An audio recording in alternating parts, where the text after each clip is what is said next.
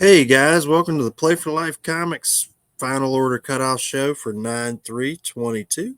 Hope everybody's doing well out there this evening. This is our FOC show. What this is books that are up for reorder that are typically 3 to 5 weeks out for the single issue books, sometimes a little longer if it's a hardcover.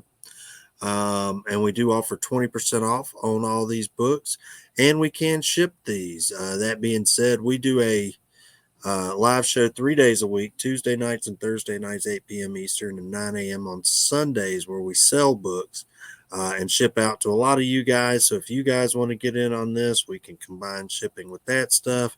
If you're just watching us on FOC on Facebook or YouTube, always like and subscribe on YouTube.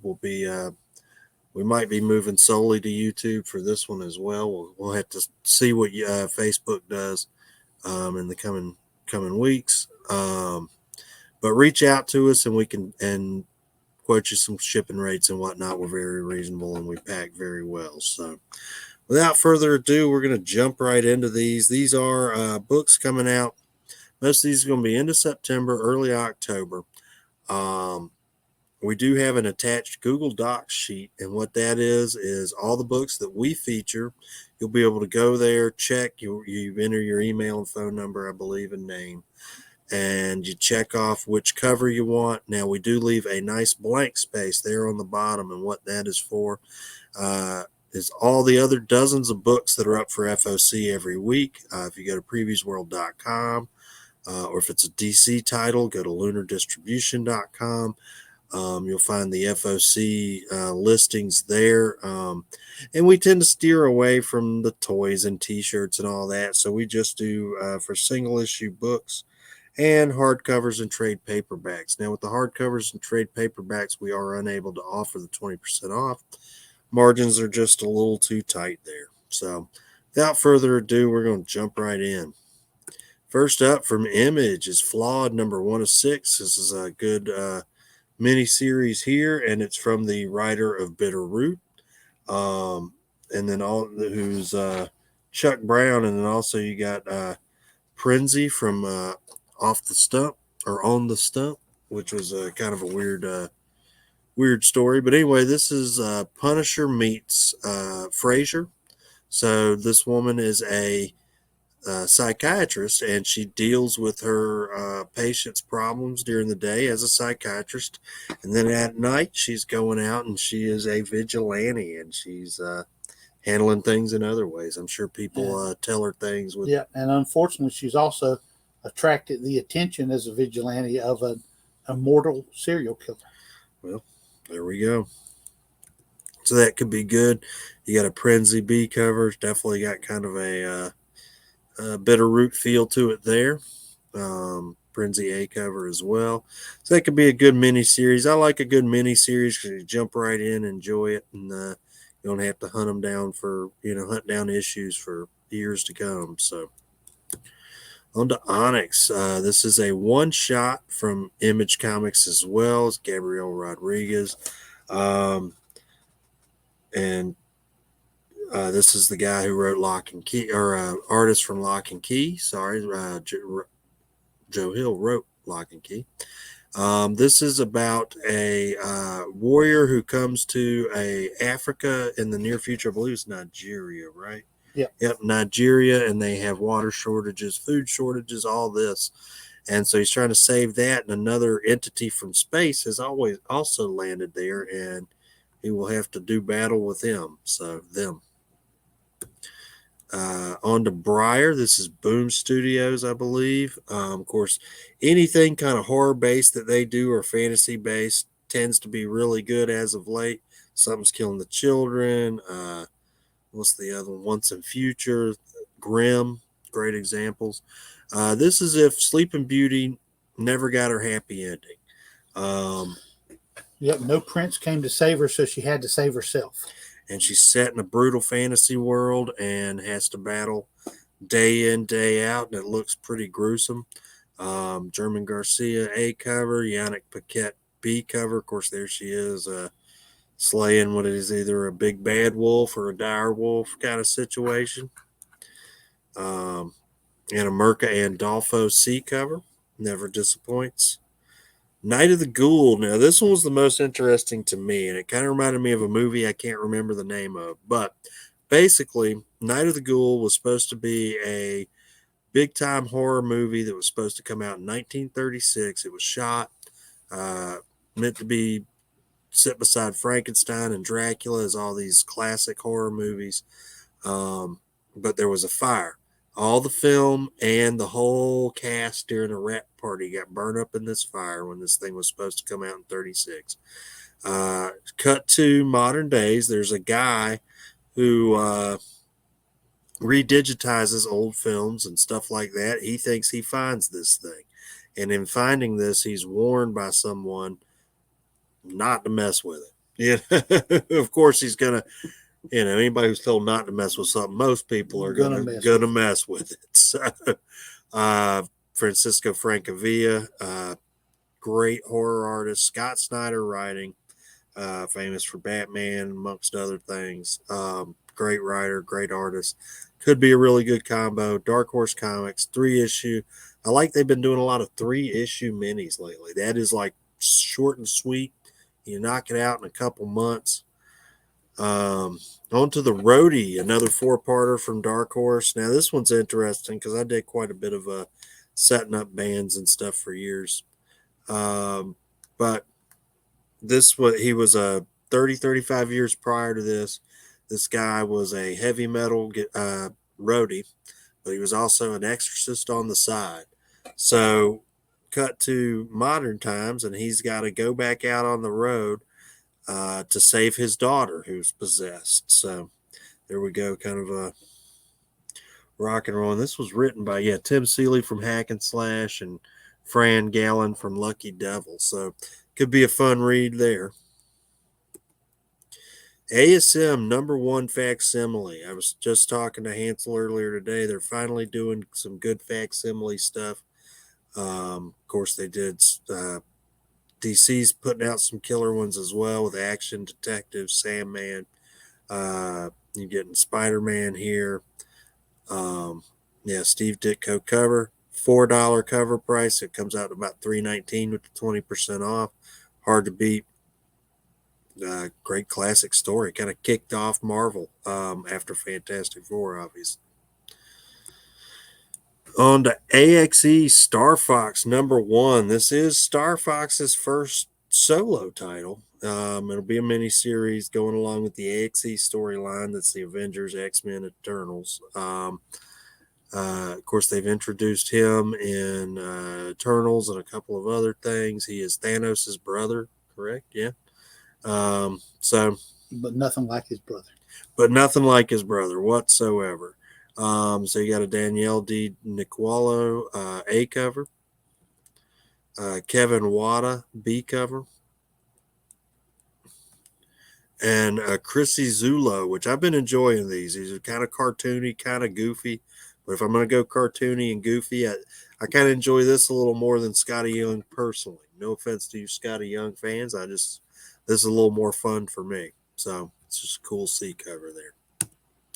AXE X-Men One Shot. This is Jean Grey possibly destroying the universe again, right? Isn't that what's going on in this one? That's what it sounds like. It's tie into the previous week we had the AXE Iron Man. They're all going to be stories that are tying into that whole AXE storyline.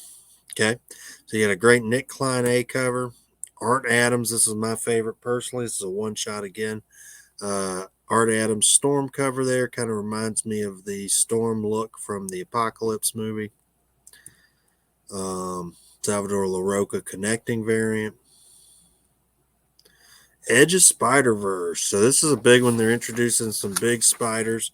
Web Weaver, a not so mild-mannered fashion designer, where Janet Van Dyne gets spider powers. So there you go, and kind of she's got the Yellow Jacket coloring. And then there's Spider Hunter, which is the idea of Sergei Kravinoff becomes a spider. All right. Then there is a third spider introduced in it, but they don't tell in the solicitation or anything, name or anything, but there's going to be a big reveal. Some big reveal, yeah. So you got a Jose Maria Casanovas A cover, kind of like that one. Both the characters there, Craven as a spider. Excuse me. Chris Anka B cover, Dragon. Is that Shocker? On to Hulk number 9. This kicks off a new story arc. This is Hulk Planet. This is spinning out of the Banner War stuff. Hulk comes to a planet full of Hulks, controlled by Hulks, and all that, right? Boy, meets a new character called the Monolith. The Monolith. So who exactly is the Monolith? We don't know. That'll be the big reveal in this upcoming story arc. Of course, you got Ryan Otley of Invincible fame there doing the A cover. Great looking cover. Mahmoud Asrar Miracle Man variant. No, Miracle Man is likely not in this book. Just saying. That's right. There's another homage next. Predator. Predator is not in this book. It is not Predator team up with Miracle Man to beat Hulk. They just like throwing these guys on covers. It does make great covers. Dale Keown's a great cover, but if you've watched previous videos, you know it's a pet peeve of mine a little bit.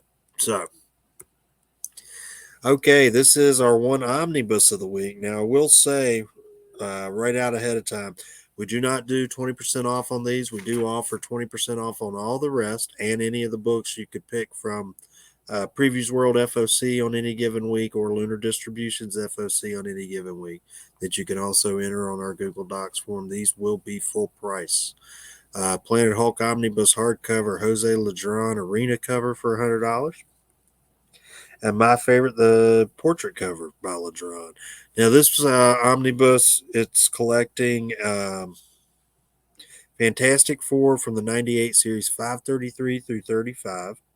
Incredible Hulk from the 2000 series 88 through 105. Giant Size Hulk from 2006, number 1. What If Planet Hulk, which is the first Scars in there. Material from New Avengers Illuminati from 2006, where they decide to send Hulk off into space.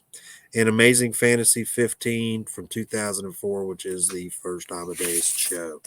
So there you go, a bunch of good Hulk stuff there. And if you've been watching the She-Hulk show, you know that they've been hinting about Bruce, the Hulk and Sakaar, and he was off the Sakaar in the last one, wasn't he? Supposedly Sakaar is going to be there. So if you want to get the whole background for that storyline to understand it better, it's the easiest way to do it. Yeah, because they kind of chopped it up and in Thor Ragnarok a little bit. They kind of did a take on it, but not quite. They definitely left some holes. Miracle Man number 0. Now, they did a one-shot a while back, but they are bringing back Miracle Man, which if you never read the older series, great stuff, Neil Gaiman. Guys, this is just supposed to be the prequel leading into this. It's not the beginning of the series. It's going to start with number 1, but this is if you want to have everything, you started at 0. This is the setup. This is the kind of, the prelude, if you will. Great Terry Dodson B cover. Rarely disappoints also. It's got kind of a, if you're familiar with like Victorian era advertising, I know that's kind of a... Well, it's a little Norman Rockwell-y too. Well, I was going to say Maxfield Parrish. But yeah, very kind of Norman Rockwell-y as well. My question, because I've read Miracle Man, is that a Captain Marvel he's hugging? I don't think so. Okay. But it's been a long time since I read Miracle Man, so I don't recall. No, it sort of looks like her with the short hair. It does. If you guys know, let us know in the comments. We always love a little feedback, positive feedback. Scotty Young, always the obligatory Scotty Young cover there. On to Spider-Man number 1. This is out 10/5/22, so it's that October 5th. Mark Bagley A cover. Now this is supposed to be Moreland's supposed to be back. Yeah, this picks up where the Edge of Spider-Verse stops at. Okay, so if you've been into the Edge of Spider-Verse, this is the next line in that story. Yeah, Moreland's going to reappear and join forces with all the spider villains, and they're going to attempt to wreak havoc on all the spiders. Okay. So there we go. You got your Mark Bagley A, and of course, they don't disappoint. They give us 1 million covers on this. So there. Well, Bagley's doing the interior art in this too, so okay, I'm a little excited about that because I loved his interior art. Well, in and if you've been reading Amazing Spider-Man and disappointed in that, because John Romita Jr. is not the greatest, in my opinion. If that's your opinion, that's cool. But I do like Mark Bagley quite a bit. So Art Adams B cover.